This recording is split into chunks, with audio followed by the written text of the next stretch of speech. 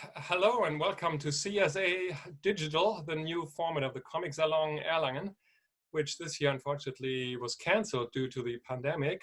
But instead we are bringing a new format to the internet, CSE Digital. A lot of the guests that we would have had this year at the Comic-Salon Erlangen, we're meeting here online and we're talking about their work. My name is Lars von Törne. I'm a journalist and one of the curators and moderators at the Comic-Salon Erlangen.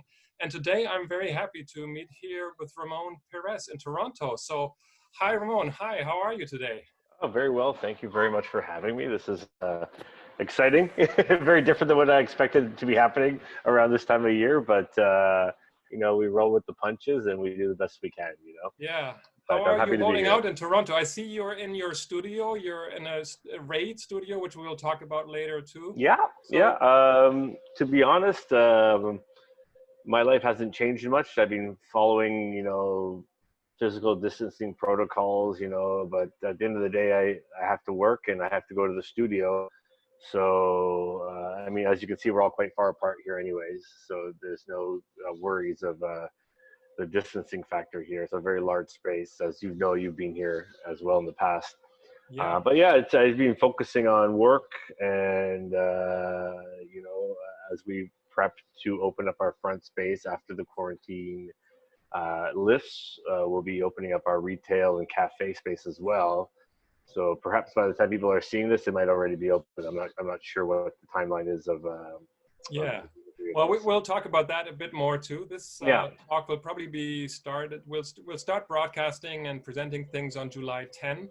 Oh, okay. Comic-Salon, and then they will be available for the next 2 months to come. Fantastic. Okay. So hopefully that will definitely overlap with the opening of your talk about in a minute.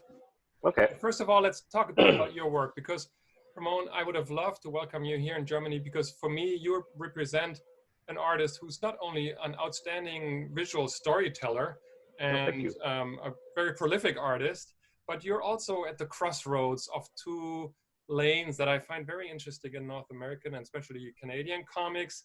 On the one hand, the independent creator-owned comics. On the other hand, the franchise comics that are owned by large corporations. And you are very present in both these fields, as well as some of your colleagues at RAID Studio, which we are going to talk about in a minute. And here one can see just a small selection of the titles you've been working on. And it's quite the variety. And just for starters, I would like to dive into a few of the most recently talked about titles, because it's amazing when one puts your name into Google. Just the last few weeks, like a handful of new titles, it seems like have come out that all have your name on the cover. Some very, very big characters in comics, and something that is very new and that makes me even more curious. So let's talk a bit about maybe these three titles that, especially at the moment, people are talking about a lot. Marvel Snapshots, Captain America. That's a good example, I find, for the sort of mainstreamy franchise work that you do, but you still give it a special kind of look and a special feel. And thank you. This story, my impression is a particularly political story, and has your handwriting in it in a way, as the artist at least. You've created this together with the team, of course. Maybe talk us a bit about this project at the moment. This was an exciting project because I was called in to replace a different artist. And the thing I quite liked about it was that, and I seem to fall into this space a lot actually, is it kind of harkens back to a classic Kirby or a classic Marvel book, the Mad Bomber. Now I can't remember what issue exactly the original comic was, but it was an issue of Captain America and the Falcon. And basically this story is revisiting the sort of what happened surrounding that original story, the aftermath of that original story, and taking a very kind of political stance. The original story took place in the 70s, I believe, and at that time it was a very heavily a lot of political things were occurring around Brooklyn and Harlem and different parts of New York. And this story kind of visits that era, but in a weird way. Like, this issue was supposed to have been released, I think, a few months back, but was delayed due to the quarantine and lack of distribution measures.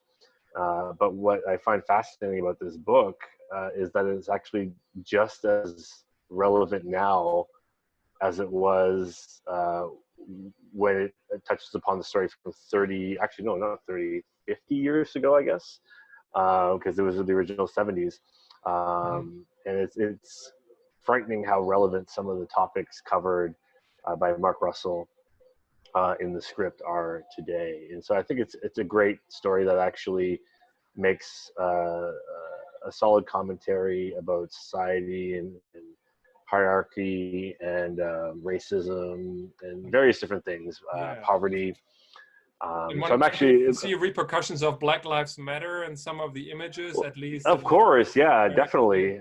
You know, and especially like with the graffiti, that page you just showcased, but with also police brutality, as you can see on the next page that you were featuring. And yeah, you look at these and they could be taking place very much today, which is quite frightening.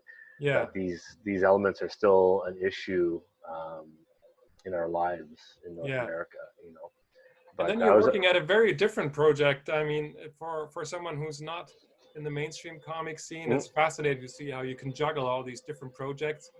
It keeps me interested. X-Men, Magneto, and once again, a whole different story, a slightly different look, even though I recognize some of your line work and some of the characters, I think. How do you approach a story like this from an artist? This one was very different in the sense that Jonathan Hickman gave me a Marvel-style script. So whereas with the Captain America shots, that was a very dense, very full panel by panel breakdown of the story, and this was the exact opposite, which was very much, I think I received about 4 paragraphs of text outlining the entire 30-page issue. No dialogue was present in the script, and I basically was given free rein to break down the comic as I saw fit, from a page to page and a panel to panel like sequence. There are definitely, obviously, touchstones that Jonathan Hickman wanted to, you know, make sure were touched upon, as well as you know, certain thematic things or seasonal things. But beyond that, I had a lot of free reign, so it was very much me just having fun with the panel layouts. So you'll see in the Magneto book, it's very much many more double-page spreads. Me utilizing the entire full 2-page canvas of the book, and so it's a very different approach, but I like it quite well, and it makes for a different kind of storytelling. This is probably more my natural default, and this one's about a lot more atmospheric than the Captain America snapshot, which is very dense and also set in New York, and it's also a timepiece set in a certain era. So there was a lot more referencing of automobiles, fashion, buildings, all that stuff. I had to be much more accurate. Whereas this one took place on an island and in a mythical realm. So I'm pretty much making up the whole thing as I go along. You know, Magneto and a couple other characters interact throughout the story. So yeah, it's a very different approach, and I like both spectrums because they both kind of allow me to flex different muscles. Yeah. But this is very much like something like how I would have done, say, for example, Tale of Sand, like where I break it down how I want to see the story unfold, you know. Yeah, Tale of Sand we'll talk about in a little more in detail in a minute. But first of all, I would like to also look at this book, which was just announced. Yep. And to me, it shows a good example of what you're doing, sort of how you're balancing these different sides. On the one hand, we have these characters that have decades of history, that are owned by large corporations. And then, in this case, you and Chip Zdarsky come up with your own story, your own characters. It's a horror story, as far as I can tell so far, with a lot of mysterious aspects. Maybe you can talk a bit about this project. Of course, yeah. So this is, I was approached by Chip to collaborate with him on this series he had pitched to Skybound. And it's very much Chip's idea. It's a world he's built and a story he wanted to explore. And I was excited to work on something that is creator-owned, that is not something that I was fully in, I guess, like compared to like later projects, like earlier projects like Jane, where I was much more involved in the script development and the story development. This was very much written already, but I was helping build the visual world, basically, in the storytelling style and the characters and so on and so forth. So it was actually kind of something I'd never really done before. So it was interesting. I've known Chip for many, many years, and it was actually quite nice to collaborate and help kind of bring his story to life. I was going for a bit of a looser style compared to what I've done in superhero comics, just because the workload's a little bit heavier and keeping up a month-to-month schedule. But it's very much a horror book, regular people, no superheroes, no tights. It's much more about mood and people interacting with people and the kind of mystery that surrounds this town that they're in. And it's been a lot of fun. We're quite a few issues in already behind the scenes, and it'll be cool to see how people react to the story. It's very different from anything I've done before, so I'm very curious. It's coming out later this summer, I believe. So I believe it's solicited in the July catalog, so I think it'll be premiering on shelves in September, if I'm correct. Yeah. And I'd like to use this as an opportunity to talk a little about the Canadian factor in the North American comic scene, because you're a Canadian creator and Chip Zdarsky is a Canadian, and you've collaborated with many people from all of North America and beyond. But it seems like over and over again, there are also certain Canadian teams, certain Canadian connections that show up. And I'm wondering, to what extent is being a Canadian in North America, to what extent is there a Canadian scene where you team up with other Canadians because there is a connection, you live in the same city, you have the same kind of places you meet, or is that more a coincidence? Like here, for example, is a project that got a lot of attention that Jeff Lemire and you collaborated for. So maybe you could talk a bit about that Canadian for sure spirit, if there's one. Yeah, and actually on the Hawkeye book that you're just showcasing, Ian Herring, who is also Canadian, worked on the book. So we joked to Marvel we should call it we joked we should call it the All Canadian Hawkeye, but they didn't go for it. It's funny because I think a lot of these things happen by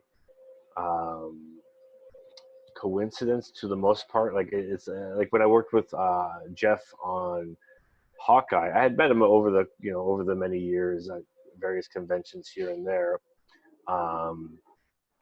but it was more the editor that brought me on the project, who I'd worked with many times before, Sana Amanat, who was my editor on Gods of Mars, which was one of my earliest books I did for Marvel. And she thought I would be a great fit, and I think the Canadian factor just kind of fell into place. Ian Herring at the time was in our studio as well, and I like working closely with colorists as much as I can to kind of help direct the palette or how I like to see things, especially in this book where I actually colored parts of the book as well. It was good to have an in-house colorist that I could easily walk over to and discuss things with. During the time off project, like Jeff and I met a couple times here and there to discuss, story ideas or storytelling elements. As with Chip on Stillwater, I mean, we've met a handful of times already over the course of the project, talking about where he'd like to see things go, any ideas I might have, any input. But it's funny, as much as we're both all in the same city, we don't see each other all that often because we're all working away. I'm in a studio there at actually different ends of the city, quite opposite ends of the city. So it's actually a bit of effort to meet on a regular basis, especially considering everybody's a little older, has lives, has family, children, whatever it might be. but I think it's nice because I think it's always great to work with people you're familiar with, or at least are friends with. And I've been lucky in that regard through most of my career. Some of my earliest books I did for Marvel and DC were with B. Clay Moore or with Catherine Immonen, also Canadian, Scott Young. These people were people I was friends with. I'd met at conventions, or I had talked to them in the Toronto community. So I think Yeah.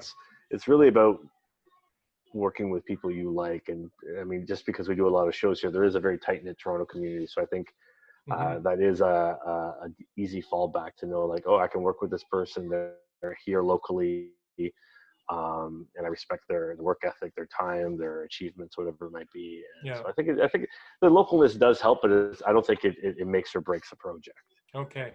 Yeah. I'm just wondering, for a comics creator who does a lot of work for the US American market, I guess Canada is just at the doorstep of the US. So just from the geographical location, does that give you an advantage, say, compared to European creators? I know that a lot of European creators would love to work for some of the larger US companies. And for a few years, they every now and then had these organized pitches here in Europe where Marvel would say, okay, we hold a day or two of pitches, and then all the European creators would come to Berlin and would show their artwork and whatnot. That was probably in the years when maybe the digital communication wasn't so advanced. But still, location for a long time didn't matter. So as Canadian creators, I guess, do you have an advantage to enter the the US? I think I had the advantages maybe diminished over the years as the digital platform has increased. I know when I started hustling to try to get work, I had, there was digital comics, email was a thing, Tumblr and DeviantArt and all these things were kind of surfacing. But I think at the end of the day, that one-on-one contact with an editor or a company, or like I said earlier, a lot of my first projects were with people I'd met at conventions and writers like B. Clay Moore and Catherine and Scotty Young, who was a fan of some of my work and met him at a con. And we'd always talked about collaborating. So these friendships, I think, blossom into collaborations. So I think, being able to drive down to New York when I couldn't afford to, say, fly to New York, or go out to San Diego for a week to shop my portfolio around and make these friendships, definitely did help my career, because as I mentioned earlier, people just like to work with people they like and whose company they enjoy and collaborate with. There's a certain synergy that happens when individuals meet that maybe doesn't hold as true online. There's a bit of a distance. I mean, you can get a bit of that with telephone, obviously, and so on. But I think, having many friends who work in comics and are based in Italy and in Spain and in Germany, it's not impossible, obviously, for these people to get work in the States. But I do know a lot of them fly in regularly to North America to do these conventions, to shop their portfolios around. So there is something to be said for that proximity, and vice versa. Like, I've always wanted to do work with European publishers, and I've had a few things translated. And for a few years, I was doing a lot of European shows, so there was a lot of discussion about maybe doing an album for France or whatnot. But a lot of these things, I think, fell through because I wasn't present enough at events and different things where you're kind of reminding people of your existence by doing these shows and interacting with editors and companies. So I think it does help. And us, Canada, being just north of the border, obviously, and New York being 8-hour drive or a 1-hour flight, I could easily stop by and set up meetings with Marvel and DC back in the day when their full headquarters were in New York. So, I think it definitely did help over the years, for sure. I'd like to look at a fun Canada factor in comics that you created once again. Created together with you that even got international headlines. It did, yes. Civil War. What an unusual combination, but a very successful one, at least in terms of public attention, that this one title created. Maybe you Yeah. can talk a bit about this. It was fun. I was approached by Chip to see if I wanted to draw this comic. I'm trying to remember who my editor was on the project. So I know he had a hand in bringing us together as well, and it was just fun. Like, if I recall, this must have been 2016, maybe. I'm blanking on how long ago it was now, but I know it was during the initial first year of Trudeau's term in office. Mm-hmm. And first of all, I was a big Alpha Flight fan, so just to draw Alpha Flight was another joy, and to draw Trudeau and Tony Stark was a lot of fun. And you're right, the amount of press this received blew me away. Like, I was receiving calls from South America, from countries like Colombia. The BBC called me up. I actually missed a flight due to an interview going on to a convention, and I had to be pushed onto a following flight because I was in the middle of an interview as I arrived at the airport. They wanted to go live to air, and I couldn't get on the plane while on the phone.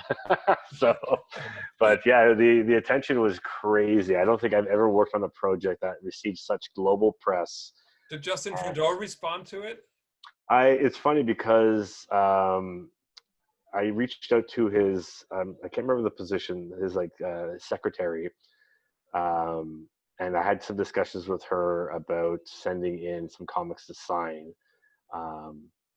And they were quite willing to it, but that kind of just ended up falling apart. I can't remember the reason, timing or whatnot. But he did send us a photo with the official stamp of the prime minister, of him sitting back at his desk reading the comic with the cover kind of facing outward. So it was actually, even just that simple gesture was great enough for me. Because I know he's actually a comic fan. He's actually attended some comic book conventions, I think, in Ottawa and Toronto.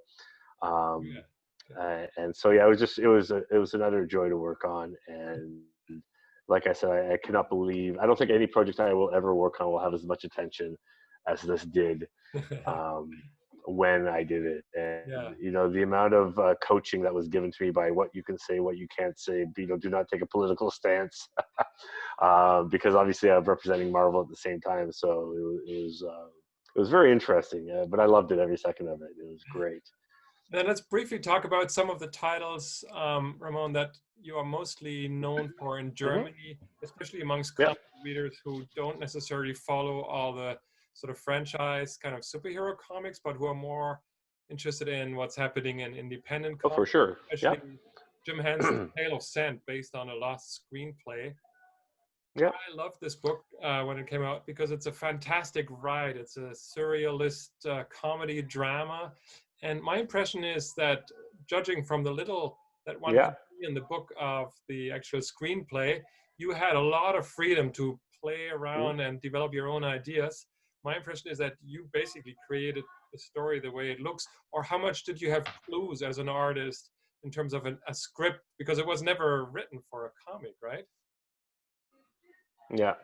No, this was a fascinating project. I auditioned for the project along with a few other artists, and I was the one that both the publisher Archaea and the Jim Henson company agreed upon. And one could say this was kind of my, I guess, big break. It was the one that received the most attention. I had done a bit of work beforehand in comics to no real large distribution. There's a lot of smaller projects.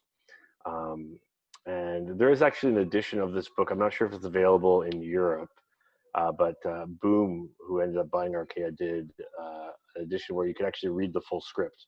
Oh yeah. Alongside my interpretation of it. But it was great. I was given free reign by both Archaea and Henson Company to adapt the script as I saw fit. So I really dove into Jim's earlier work, thanks to the Jim Henson archivist, who supplied me with many DVDs of Jim's earlier work before the Muppets, before what he became known for. So it was a lot of short films. He was experimenting with sounds and visuals. There was another short film he did called Timepiece, which I believe was nominated for an Oscar. I'm not sure if it won or not for best short film. So there was a great deal of me just letting loose. And this is probably the first project I worked on in comics where I really felt like I was doing something my way rather than how I felt working on previous scripts I'd received from Marvel or DC, because while they were fun, I was adhering very much to the script supplied to me by the writer or the company. So this was really just me letting loose and telling the story how I want to tell it. And because Jim's script was so organic and so free-flowing, I got to chop it up in very great ways, and it made for a nice kinetic story going forward. Like just that page train, that energy. And I tried to keep that through the panel layouts, through the palette, it was interesting because also the film called for a lot of music. So I really wanted to go out of my way to try to make the color the soundtrack. So that's why you have all these different color palettes coming in and out of the book, going from monotone to full color. And I worked with a lot of great colorists to achieve this because the timeline was quite tight. So I would color a few things, and Ian Herring colored the majority of the rest of the book, followed by Michelle Assarasakorn and Jordi Belair and Kalman Andersofsky, who came in because the timeline was very tight. So as much as that kinetic energy of the book, I think also owes a lot to the kinetic energy of the timeline going into because I was working 16-hour days, if not longer, every day for months, trying to get this book out for the scheduled date. But it was a lot of fun, and then let's have another look, Ramon, at another book that also in Germany. This book, by the way, got published by Dani Books in German and is still available. Yes, I just learned recently from the publisher. And another book that's also published in German and with Panini Comics in this case is a collaboration with Aline Brosh McKenna. She, as a scriptwriter, was responsible for a number of successful movies, I understand. She Devil Wears Prada is probably her biggest film at that time. Exactly. And she, together with you, if I understand correctly, worked on this adaptation of Jane Eyre. And my understanding is that especially here you brought in a lot of your own artist handwriting, and actually in the true sense of the word, because the main character is an artist here, and there are some beautiful sketchy images that one would expect in an independent sort of undergroundy comic, but then you also mix it with images that are more kind of a little more polished. I think it's a beautiful mix. Maybe you could talk a bit about how you developed the style for this. Oh, for sure. So this is a great project that actually came about in a weird way from Tale of Sand, because Aline Brosh McKenna shared had an office on the lot of the Jim Henson Company.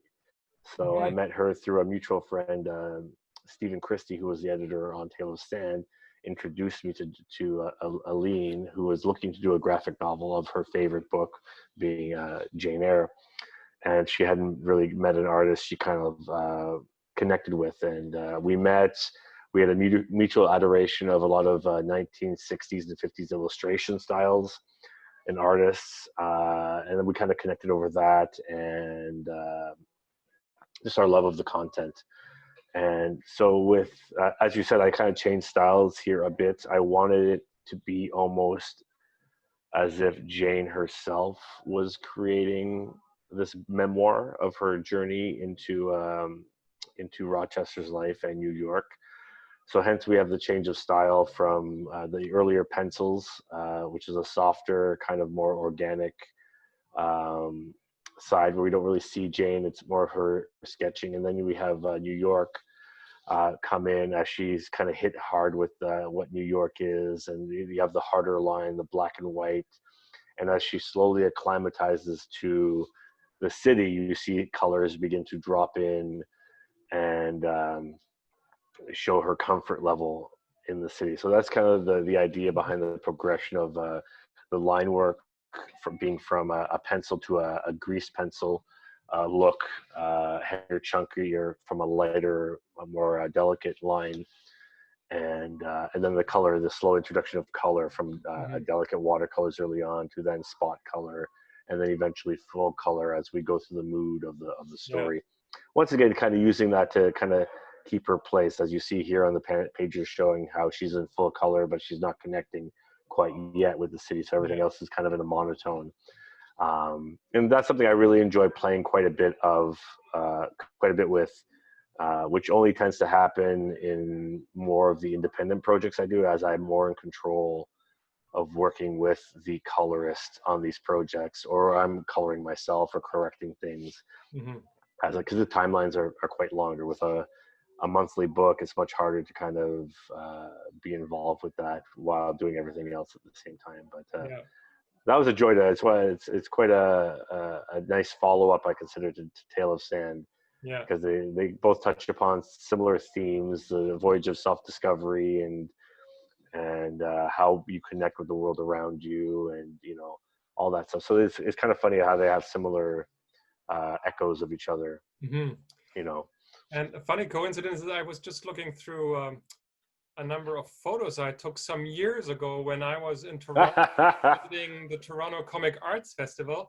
Then a group of German visitors and I had a chance to visit your studio, the Raid studio back then.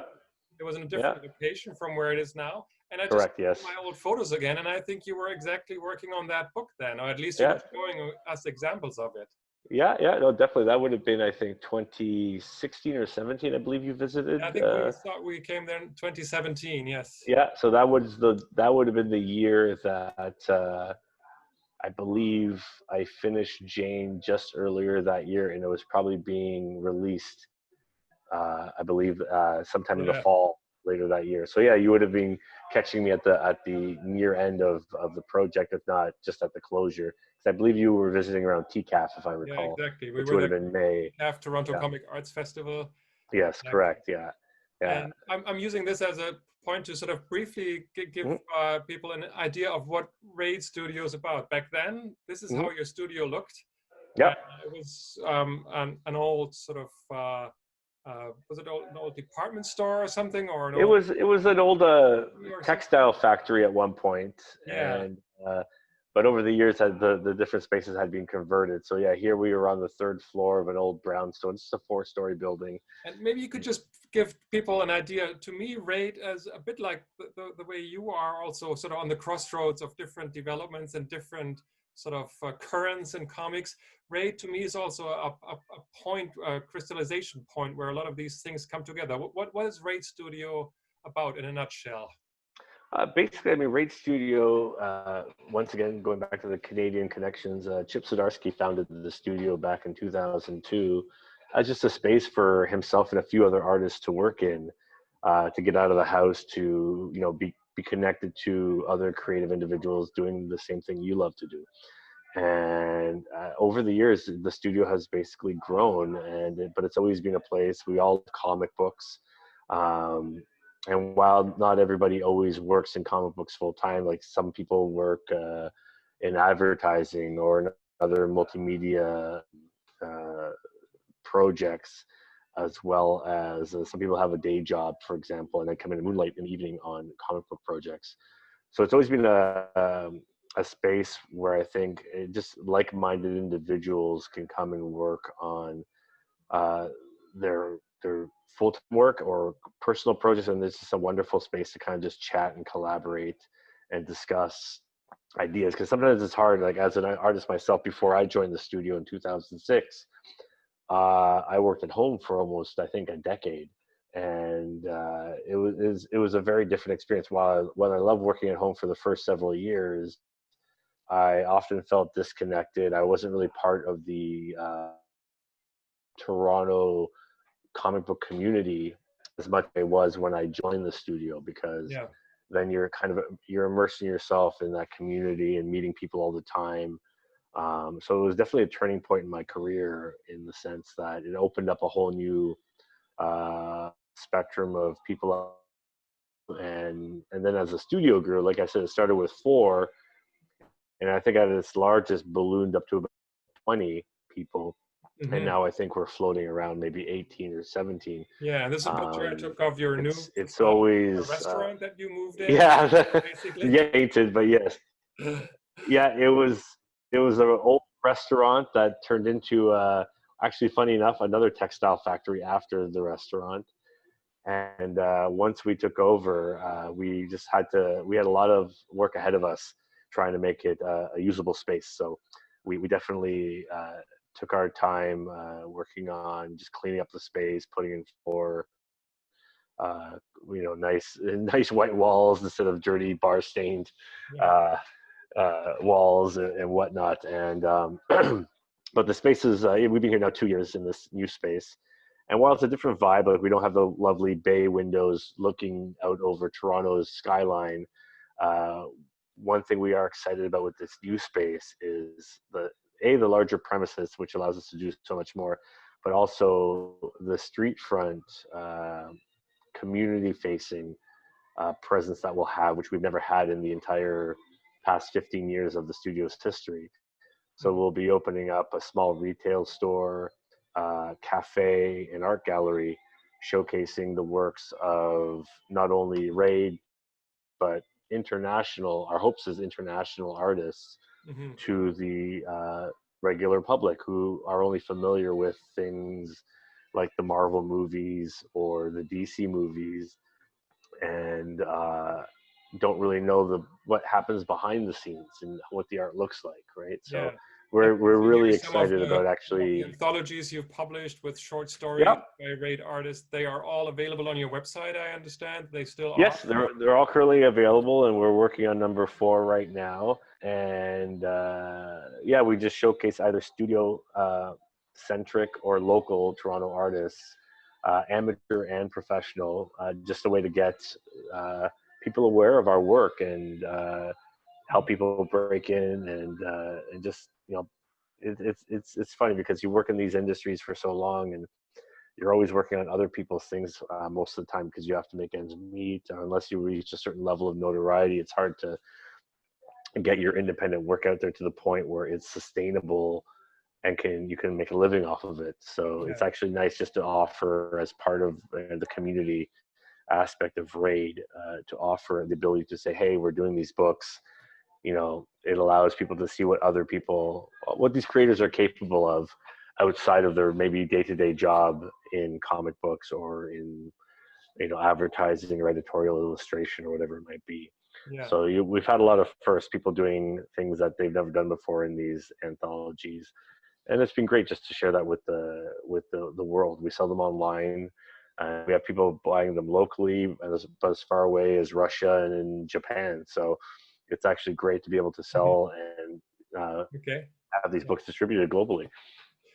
Before we wrap up, I'd like to quickly look at another publication, which also has some of your work, which we published on the occasion of this year's Comic-Salon, and the Frankfurt Book Fair was supposed to have Canada as the special guest of honor as well. So the Canadian Embassy and the Canada Council for the Arts supported this publication by the Comic-Salon, which is a newspaper-style publication, which also has some of your work in it. We have an interview there with you, and you contributed a beautiful story, Little Ninja in Slumberland, obviously a reference to a comics classic, but also a character that is one of the characters that's reoccurring in your work. So maybe we could use this briefly to say, who's this character and what's for sure, story's context here? Yeah, it's actually Katya was kind enough to send me the physical copy of the newspaper, so I've actually had a chance to look through it, and it's wonderful. Just I can't read a word, but there's some beautiful art. Pardon? We're working on an English language. Oh, really? Oh, yeah. Oh, that'd be amazing. I would love to publish one. Yeah. But yeah, so this is, it's funny, as you mentioned earlier, my work over the years has skirted between independent books and mainstream books for corporations like, Marvel and DC. And it's funny because before I entered comics, I worked in tabletop gaming, illustration, sci-fi illustration, children's books, but I also did a lot of web comics where I made my footprint in comics before I started working for Marvel or DC. And Nadia, the girl featured in that short story, or that's a younger version of her at least, is part of a larger story I've been working on over the years called Cuckoobury, which I premiered in 2017 under the banner of Transmission X Comics, which is a local Toronto webcomic movement that myself and maybe 10 other artists were a part of. This, along with another webcomic I did called Butternut Squash, which was actually quite popular in Germany. We had a lot of readers from there back in the early 2000s. Really kind of set my storytelling style and presence in comics before I entered before I entered professional comics. Even my comic Butternut Squash was actually used as a reference point for Tale of Sand by the publisher Archaea. So it's that was my growing, web comics were my growing point into actual mainstream comics. Right. But yeah, Nadia is kind of like an Allison one. Wrap up here because okay. This program actually allows us a recording of 45 minutes exactly. Oh shoot, okay. And I think we're like 1 minute away from it. Oh, so you should let me know because on your website we can find a lot of your other works and all the links, I understand, right? Yeah, of course, yeah. And it's definitely worth visiting. There's so much to discover. I highly recommend to go onto this website and also to go on the website of the Comic-Salon because we'll have a lot of programming there. CSE Digital starting July 10. Lots of interviews, background stories, and other programming. So that's it for now from us here. And I'm very, very glad that we had the time to speak. And I hope that sooner or later we can meet again in person and have you here in Germany as planned. Oh,